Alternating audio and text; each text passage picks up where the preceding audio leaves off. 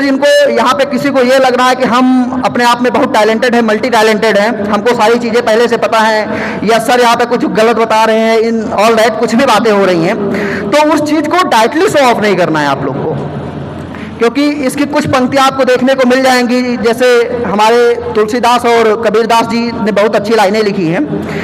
तुलसीदास जी का Ramcharitmanas I hope सब जानते होंगे, मैं समझ रहा हूँ यहाँ पे कि रामचरितमानस उन्होंने लिखा है, एक महाकाव्य है तुलसीदास जी का।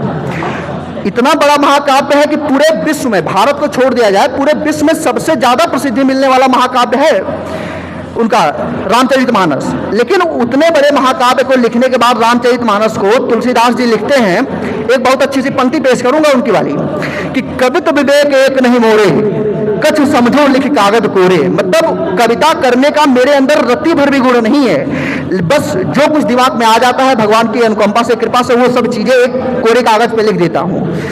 निपुणहीन सब विद्याहीन हूँ, मतलब सभी विद्याओं से, कलाओं से मैं हीन हूँ। आप लोग समझ रहे हो, मैं बहुत टैलेंटेड बंदा हूँ। मैंने रामचरितमानस जैसा महाकाव्य लिख दिया है, लेकिन वो सब मेरे लिए जो है बहुत खत्म सी चीजें हैं। मैं ये मान के चलता ही नहीं कि ये सब मैंने खुद से किया है, जो कुछ भी किया उसमें ईश्वर की अनुकंपा है।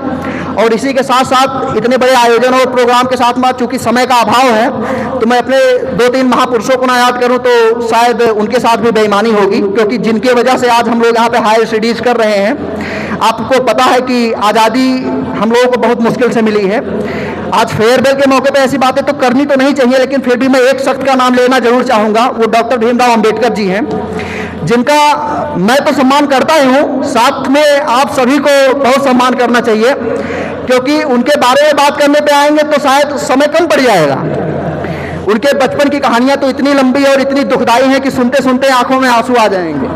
चलिए इसी के साथ मैं समापन करता हूँ, क्योंकि समय का अभाव है, बातें बहुत ज़्यादा। बहुत बहुत धन्यवाद। प्रणाम सर।